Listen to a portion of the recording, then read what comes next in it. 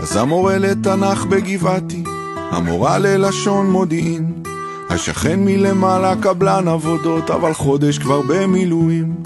עורכת הדין היא קמבצית, עושה משמרות באוגדה. אחיה איש הייטק בכיר, עכשיו הוא צלף על גגות ברצועה. מנהל את הסניף הקשוחה של הבנק, היא סמג"ד ביהודה ושומרון. דורון הוא בעל חנות צעצועים, עכשיו הוא מ"פ בשריון. והמדי שלנו כפרה, שלרוב מזמר בקיסריה, הוא לוחם הנדסה, מתאושש בגבורה, אחרי שנפצע בלב עזה. נכון כולם נראים רגילים, אבל אנחנו עם של גיבורי על,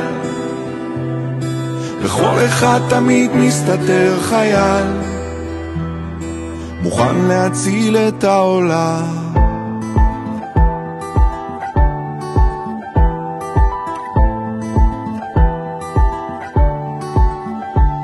יש תנהג אוטובוס של דן, זה שתמיד עומד בזמן, הוא עכשיו מפקד סוללת תותחנים בדרום ליד נרעם. יש סטודנט בטכניון באמצע תואר ראשון, הוא סרן במיל בעוצבת הגליל, כבר חודש בגבול הצפון.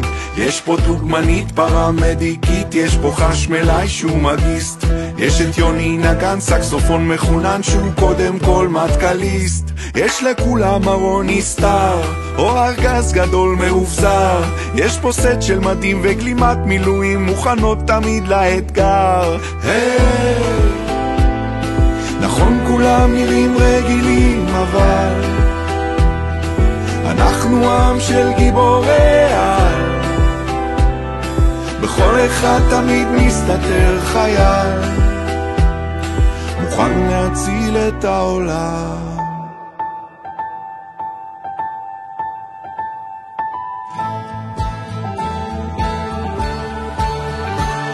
וזה לא משנה אם באמצע חיים או באמצע משחק כדורגל, כולם יעזבו את הכל בשנייה אם יקרא להם הדגל.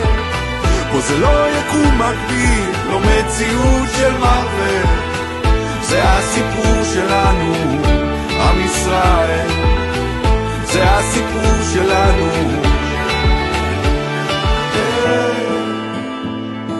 נכון כולם נראים רגילים, אבל אנחנו עם של גיבורי על, לכל אחד תמיד מסתתר חייל, מוכן להציל את העולם.